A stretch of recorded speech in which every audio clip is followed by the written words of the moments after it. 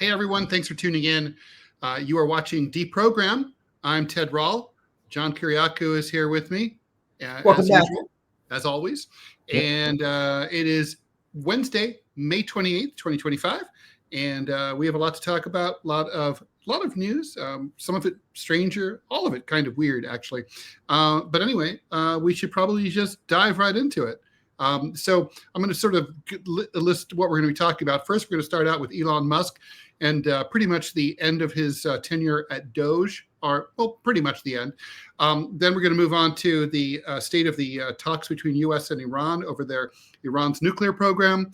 This fatal fiasco in Gaza, some organization, Israeli U.S. front organization called the Gaza Humanitarian Foundation. We'll get into the details. Will there be more sanctions against Russia, or might we be moving closer to peace between Russia and Ukraine? And finally, Trump decided to shit can a bunch of respected military historians. So stay tuned. We're going to get to all that within just an hour or so. So, we're the best value in news. All right, here we go. Let's get into it. John, you wanted to talk about Elon Musk. Yeah. I wanted to talk about Elon Musk for a couple of reasons. First of all, he has physically left Washington and he has gone back to California. He'll end up going to Texas because that's where he's moving his many companies. They're all going to South Texas. But he's physically gone from Washington. And people are very happy about that. First of all, DOGE has disrupted the lives of many, many government employees. We have this thing called the Civil Service Act in the United States that the federal workforce can't be politicized. They also have some protections, and Elon Musk just didn't respect those protections. A lot of that's going to be hashed out in court. But one of the things that was very interesting to me, well, there were a couple of things that were very interesting to me today.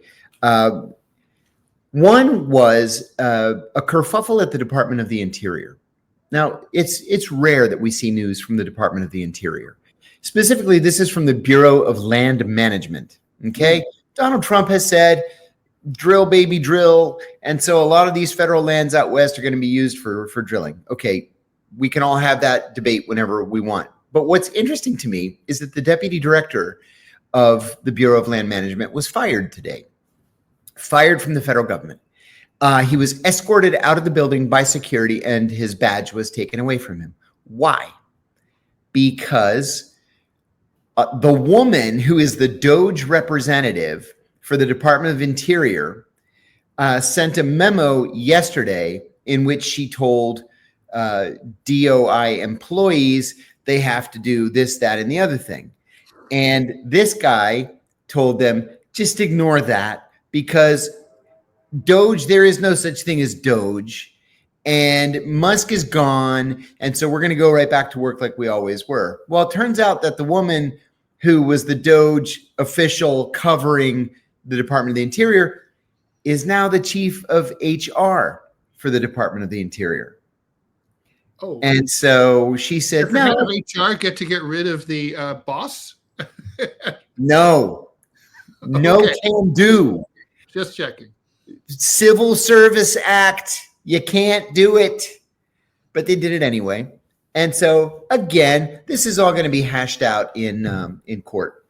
What would happen if you handcuffed yourself to your desk and refused to leave? I mean, I'm not kind of kidding. This isn't as you know, this is not the first department where this exact scenario has played out. DOGE told federal employees to do this and that. The boss says you can ignore it, then the boss gets canned or threatened with being canned. But there is kind of no government entity called DOGE. No, really, there isn't. Right? I mean, Congress has to create it.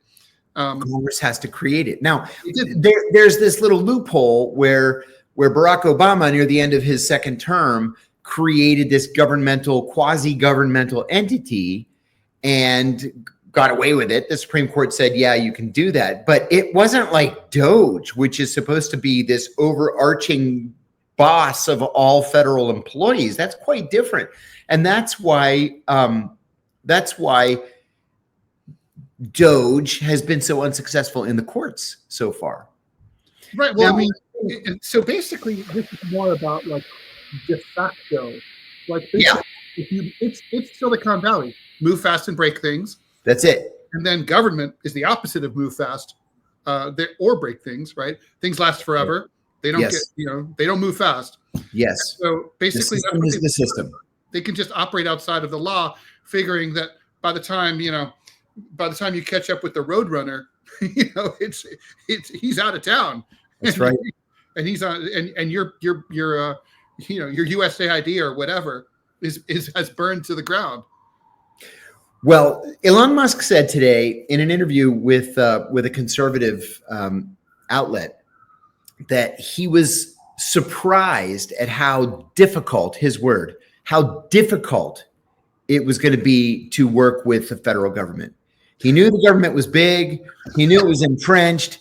He didn't realize it was that big and that entrenched. What? Yeah. I mean, he lives in the United States, right? I mean, hello.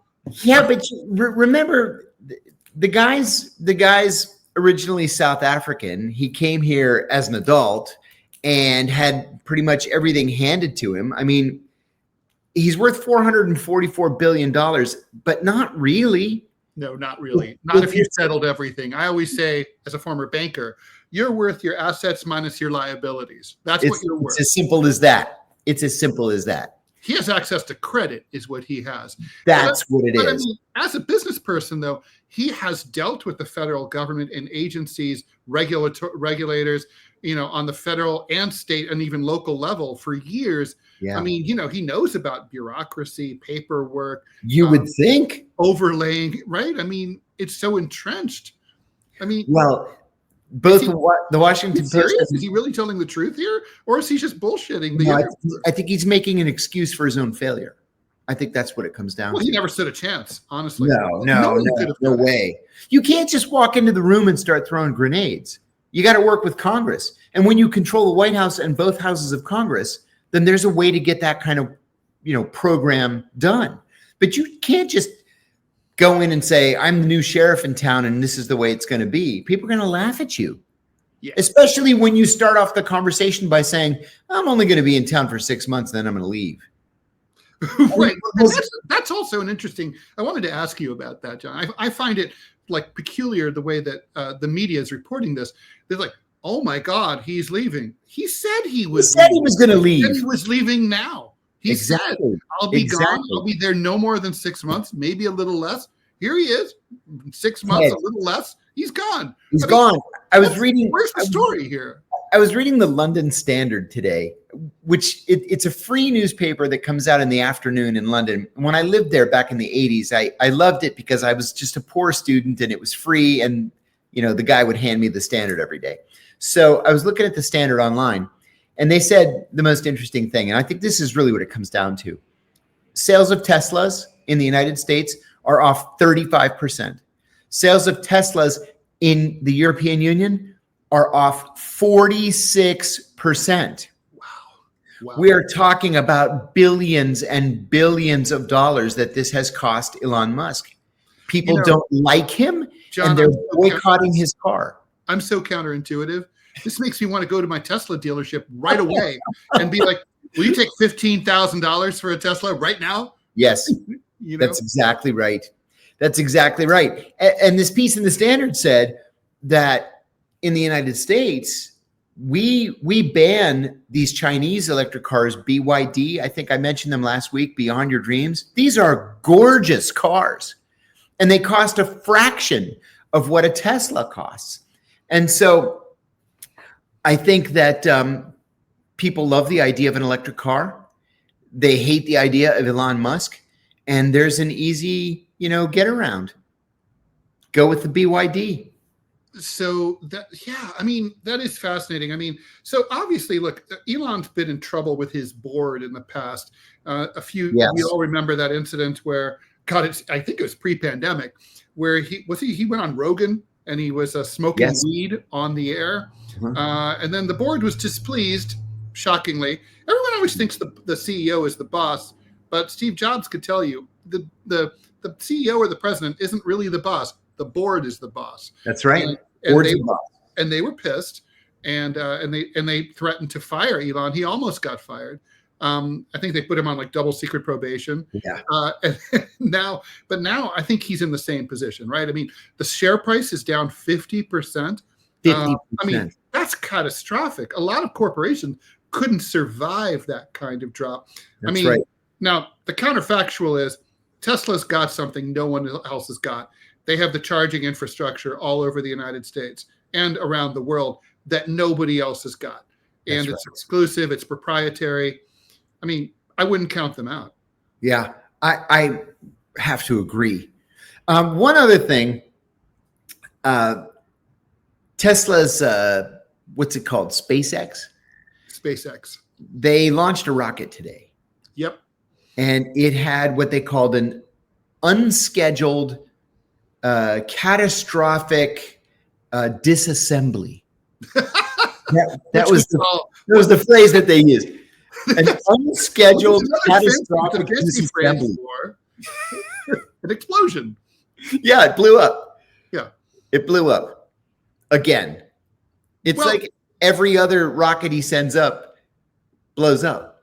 Although, in fairness, I mean, space is hard. Rocketry is hard. The early days of the U.S., I mean, not even the early days, the mid days.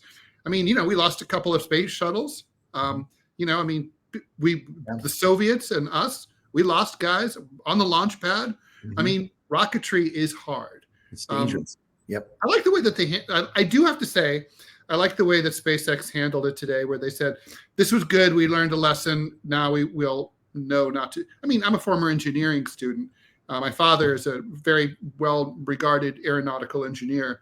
By some accounts, I looked him up. It was pretty impressive. Some people call him the father of the modern Air Force. Your dad? My dad. Mm-hmm. Yeah, Fred Rall. That's amazing. Yeah, because he revolutionized. Yeah, it's pretty cool. There's oral histories about. Anyway, you can find stuff about him online. Anyway, the point is, he's still around. He's 96 years old, going strong. God bless him. Kicking ass and taking names. But anyway, and still smart. Totally with it. Not like Joe Biden. He would have admired that. I mean, you're just making mistakes, and you have to make mistakes in order to learn. I mean, I will say, generically, I don't know how you feel about this, John. I don't like the privatization of space at all. I think it's a mistake. I think not only is it like, I think there's too much deregulation around it. I think it should be a government program. And also I think back to, I grew up with like Apollo Soyuz. I like the idea of international cooperation where all the countries get together and work together. And space is like a thing that we all do together as a planet rather than as a bunch of private corporations. I don't like it. When I was at the CIA, I was a young junior analyst. This is like 1991 or 92. A bunch of us did something like a field trip to a launch site on the eastern shore of Virginia. There's an area in Southern Virginia called, this is the actual name, it's called Big Assawoman. And there's a Big Assawoman Bay, Little Assawoman Bay, and they've got a launch site there. It's ostensibly a NASA site, and they launch a lot of satellites from that area. So we went down to watch a launch, and I was shocked at how many Russians were there to watch the launch. And I said something to one of the scientists, and he said, "Oh, this is an unclassified facility. It's an international space launch facility." He said, "It would be unusual for us to not have foreign collaborators or guests here." And I remember thinking, what a great idea that is. That's the way it should be. That's the way space should be. We should be helping each other. Yeah. And we may end up with, I mean, seriously, I know I've watched a lot of 80s and 90s disaster movies, but I mean, we really might face some kind of challenge from space, like an asteroid or something else. Oh, yeah. That really requires trillions of dollars and all of the world's attention to focus on this issue. Mm-hmm. I mean, I thought about this 2 summers ago. I drove across with my son, Labrador, and northern Quebec. And I noticed on the map there's this one lake that's a perfect circle in northern Quebec, giant perfect circle. And we stayed at this research facility that's like right on the banks of this lake. Anyway, I looked it up, and it's the site of an ancient asteroid strike, a big one that like probably caused a partial mass extinction like tens of millions of years ago. And, it's just a reminder, we do get hit by shit sometimes, and we're sort of just counting like, well, we've only been around less than 1 million years as a species, so maybe we'll slip in and slip out between them. But I think that's kind of the subtext. But, that's not reasonable to count on. Yeah. One time I was driving down Interstate 95 with my wife, also back in the 90s, going to visit a friend of mine, and we saw this streaking thing in the air with a glowing green tail. And I said, hey, look at that. It looks like a meteorite. And we watched it until, it's sort of, we couldn't see it anymore. It was in the Washington Post the next day. It was a meteorite. It was visible from New Jersey to Kentucky.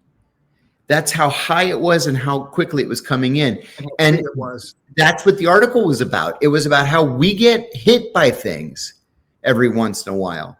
And every, less often once in a while, those things are big enough to kill a whole bunch of living creatures. Yeah. No, I mean, I was on the Karakoram Highway on a bus between Pakistan and Western China. And same sort of thing, looking out the window, and I saw a meteor streak across the sky. And I guess it was probably very small by, these standards, but still, it struck the earth. We saw it like, strike the earth like a few miles away, and left a trail of fire. Yeah. It was, I mean, things are, we're not, space isn't empty. There's a lot of rocks, a lot of debris, space junk. It's something we need to be thinking about for sure. Yep. So I think Musk got out of town just in time, right? I mean, kind of. Yeah. Good riddance to him. I'm glad he's gone. I don't like him. I don't respect him. He didn't know what he was doing. Yeah. I'm glad he's out. Well, let's see. Let's hope that people who are conducting the talks between Iran and the United States know what they're doing. I don't know if Donald Trump knows what he's doing. There are so many mixed messages coming out of these talks, ranging from this is a total catastrophe and failure to, where we're at the brink of war, where Trump says, no, actually, we might have a breakthrough here. I don't know what to think. The messages coming from the U.S. side and the Iranian side almost never match, which is just nuts to me, because usually they're variations of each other, like one will say things went well and the other will say things, weren't terrible, or we made some progress. Or they usually, I think they coordinate and usually say like, these were constructive talks. That's right. Right. Let's just say this was constructive, or we agreed on next steps or whatever. Yes. And that's not what we're saying. What we saw today was a statement from Donald Trump saying that when Benjamin Netanyahu was last in the country, he specifically asked that the United States attack Iran. Bomb Iran is what he said. Now, I'm 100% sure that that's true, because as I've said many times, through all the presidents that I worked for in federal service, literally every single time the Israeli prime minister, whoever he happened to be, but in most cases it's Benjamin Netanyahu, would come to the United States, they would always ask us to bomb the Iranians. Every time. And presidents have held off. I'm not entirely sure Donald Trump can hold off. What did you say? Israelis are capable of bombing Iran themselves. Really? Why don't they do it? Because they know that they're going to get their asses kicked in response. But if the United States goes in on the Israeli side and we both bomb Iran, there's a better chance of a preemptive strike that could just knock the Iranians out before they get started. It's one of the stupidest things I think any government could possibly do. We're not going to do that. No, we're not going to do it. Although Trump said that he's willing to consider it. He said again today, besides this statement about Netanyahu, he said that Joseph, is the American Enterprise Institute still around? Amen, right? It's like this whole policy is coming straight from them. They've wanted to bomb Iran since, the invention of bombs. So Trump said it was something that was disturbing. Not that Netanyahu asked for this. That's not even really news. It's that if these talks don't fail, we'll bomb Iran. It's like, wait a minute, cowboy. Nobody's made that determination yet. And you can't just bomb a country because you don't like its politics, although we certainly do with we frequency. sure can. But Yeah. I mean, but Iran, the thing is, like I always like to say, Iran is not Afghanistan under the Taliban. Exactly. It's a real country. And It has keeping in mind that the real- Taliban actually beat us. well, there's that too, right? Yeah. It's a real country. They can defend themselves. They have a real military. That's right. They have actual infrastructure. Yeah. It's, you What go do they there, have? basically 80 million Europe. people? 80, 100 million people, something like that? It's big. It's a real country. Yeah. Yeah. And, I have a lot of friends in Iran, and I speak to them regularly all the time. And they say the same thing, that the Iranian people are ready for a fight. It's the Iranian government that is holding them back. And so we need to take advantage of a mood in Tehran that government is open to negotiation. So we need to take these talks very seriously. And I'm not sure that the White House is. I think the negotiators appear to be. But I'm not sure that the White House is. I'm worried this about White House. It's an ADHD White House, and it's an ADHD president. And it's like his attention is scattered, right? I mean, he's worried about there's the economy, there's immigration, there's Gaza, and this is all tied into Gaza.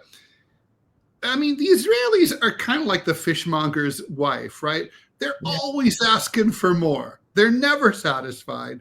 It's like, we want the capital in Jerusalem. We want to fuck up the West Bank. Now we want to completely ethnically cleanse Gaza. Yes.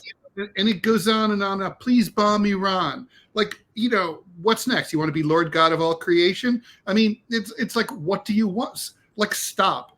At a certain point, I mean, Donald Trump doesn't strike me as the kind of man who responds well to constant demands. He's like, I'm the guy who makes demands. I'm not the guy. You know what I mean?